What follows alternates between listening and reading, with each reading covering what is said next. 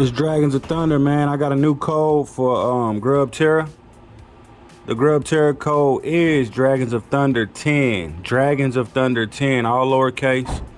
And that code can get you anything on the website for Grubterra. So go to Grubterra, buy anything, and put in Dragons of Thunder 10.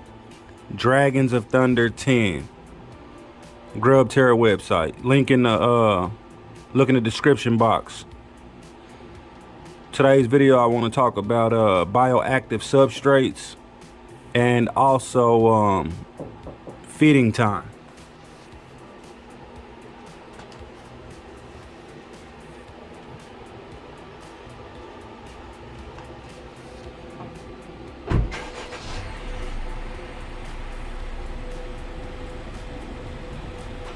So with the we'll check out E-Ray eating up these crickets. I don't want to open the glass. I don't want to open the glass because I don't want the crickets coming out. But I just dumped a crap load of crickets in E-Ray's tank, Fang's tank, and Aang's tank. Azula and Naga are asleep. Naga's knocked out. Like, she been knocked out. She sleep over there. So, yeah, man, we got E-Ray right here eating. I think he's about to settle down a little bit. Once I know he's done, I'm gonna talk about the bioactive substrate and the care that you need to provide with it and things like that. I keep a couple tools with me, or a couple type of shovels. I'll show you guys in a minute. And I'm gonna talk about the mix that you need to have for your substrate and how I like to do a desert side, hot desert sand, and then I like to do a woodland area. I don't know what this dude is doing.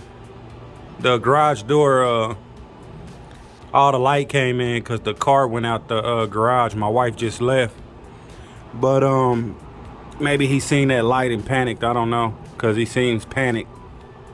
But E-Ray did start off up top on this post, and he came down, jumped down, and started attacking crickets. As you can see, he's over there trying to eat a cricket.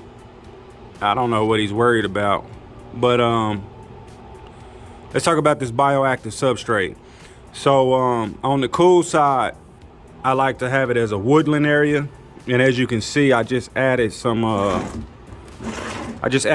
wheat grass and then that snake plant last week. I'm gonna go back and get some more wheat grass. But yeah, I think he's looking outside. I don't think hold on, man. Give me a minute. Yeah, but anyway, man, he normally don't care about outside. I don't know what got into him, but he was hunting some crickets down, and he seen something outside and it spooked him, and I guess he just kind of stopped. But now that he knows the garage door is shut, he might go back to hunting. He might not. We'll see though. Anyway, let's talk about this substrate real quick. If he go back in action, I'll show you guys. Let's talk about the substrate. So on the hot side, as you can see, it's mostly sand. Your isopods will only come over here at night. They don't like being wet all the time, but they do like their moisture. So on my hot side, I like it sandy. On my cool side, I like topsoil mostly mixed with sand. So probably 80%, 70% topsoil, 30, 20% clay sand, sphagnum moss, wood chippings, leaf litter, things like that. And the isopods do eat these leaves. Let me find a leaf real quick. So this is Naga's tank. I'm gonna leave her be. But this guy's over here still munching, finding them every blue moon. Yep. He back there looking for some. Azula ate some hornworms today. But this guy, I guess he finna go in his hide. I don't know what he doing. But anyway, so like I say, I like the hot side to be sandy, mostly sand, as you can see. It's a lot of debris over there from over here. They do carry and track the debris from over here, the moss and wood chippings. They do carry it over to the hot side. So what I do is, to care for my substrate, what I do is I'll take my shovels and my scraper, tiller, I don't know, whatever you want to call it, and I'll get the leaf litter and stuff away from the hot side, and then put down new sand. And I'll do that probably every 6 months to a year, depending on what's going on in the substrate. But other than that, I really don't do much to my bioactive substrate. I may put vitamins in it, minerals, calcium, things like that every blue moon. And then there is times where I'll take the greens that I had in my bowl, and I'll put them over there, you know what I'm saying, for the isopods, things like that. But, oh, here go one right here, boom. So here's proof that the isopods do eat the leaves. And as you can see, this right here is a great screenshot. So let's see. Yeah, but you can see that they've been eating this leaf. Like, they've been demolishing this leaf. But it's all kind of leaves inside of the tank. And if you look around like good enough, you can find leaves with holes in them and things like that. So the isopods and springtails will munch on that stuff. Only time I water my bioactive substrate is in the morning when I get up. First thing I do when I get up, I come down here, give them greens, and I water the substrate. Only side that I water or mist is this cool side. So let me show you guys that real quick. Up in Naga's tank, he might go back to eating them crickets. He's been very active.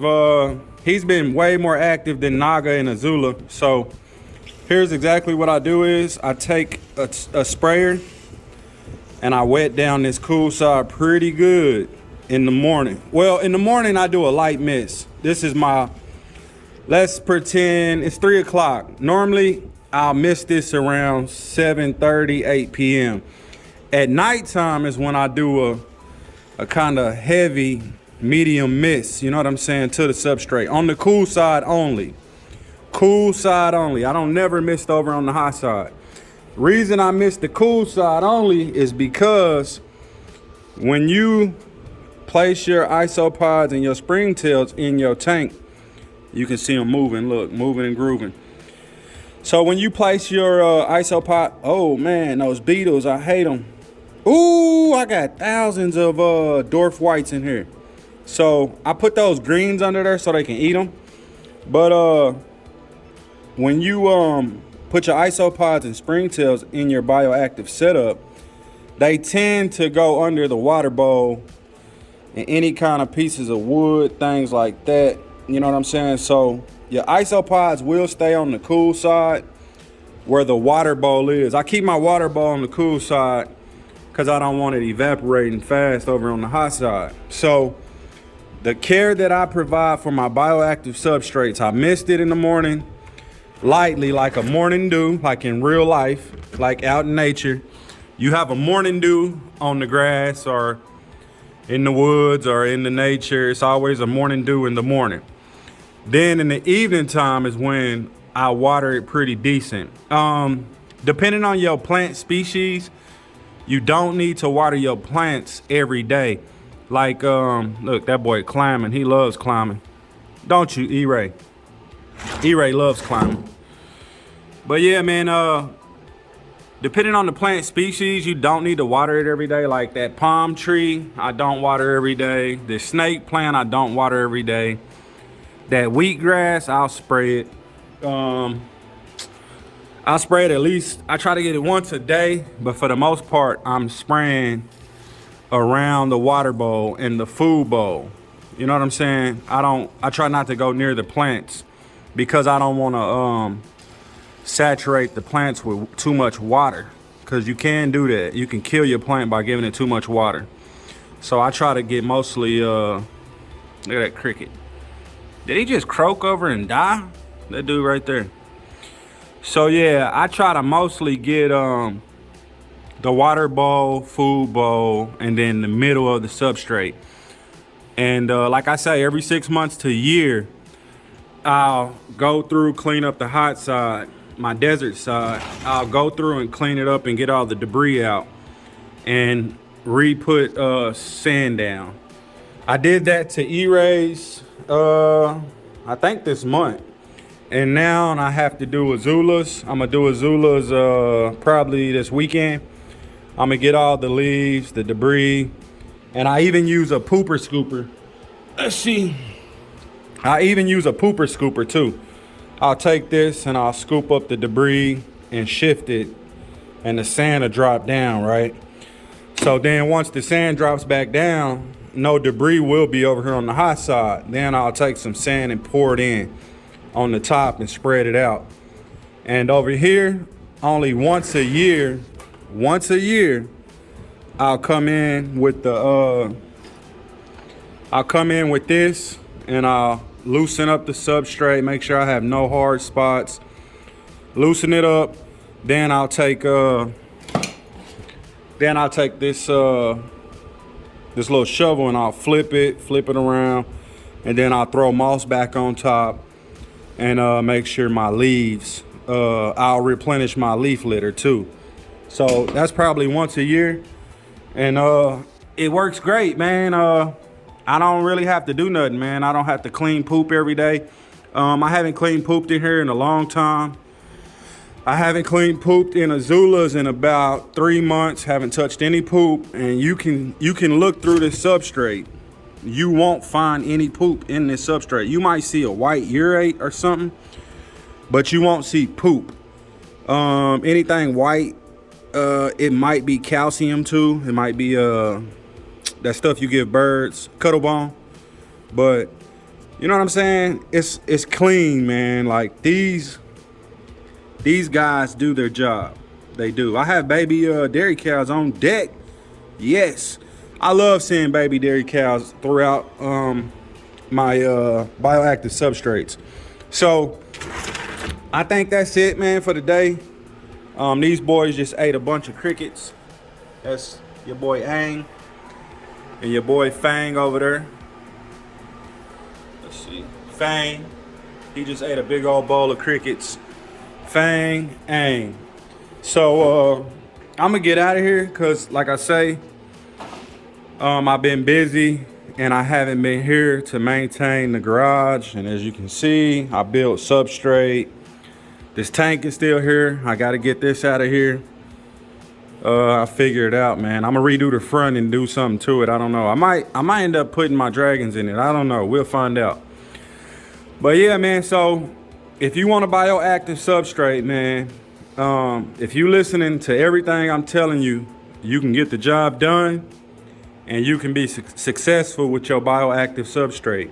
Right now, all three look kind of different because of what's in them, you know, and the type of lights I'm running. I got UVB basking, UVB tube, UVB basking, UVB tube, grow light, and azulas, full spectrum light and E-rays. No UVB on her basking because there's no point. She's over there asleep. Then she has a tube UVB and then a coil UVB for that palm. So if you want to do bioactive, you can be successful if you're listening to exactly what I'm telling you, man. And if you need isopods, hit me up on Instagram or hit me up in my Facebook group at Bearded Dragon Advanced Care and Keeping. And don't forget, you can go to Grubterra, get you some black soldier fly larvae or some chicken feed or whatever you need on that website. Just use Dragons of Thunder 10, all lowercase, Dragons of Thunder 10. Anyway, man, I hope I encourage you guys to go bioactive. And until we meet again, thrash the like, pound, and subscribe. Follow my Instagram at Dragons of Thunder, TikTok at Dragons of Thunder, and my Facebook group is Bearded Dragon Advanced Care and Keeping. I'm all about the bioactive substrate. As many people as I can get to go bioactive, that's my goal. I'm all about the care of the bearded dragon. It's not always about breeding, you know what I'm saying? So if you can provide great care tips, jump in my group, post anything you want to post. We have no rules. You can post whatever you want to. And that's just what it is, man. We like to have fun and educate. Thrash the like, pound, and subscribe, man. I am OUTTIE 5000. It's your boy Dragons of Thunder, man. Respect, love, and cherish those who are around you. And be good.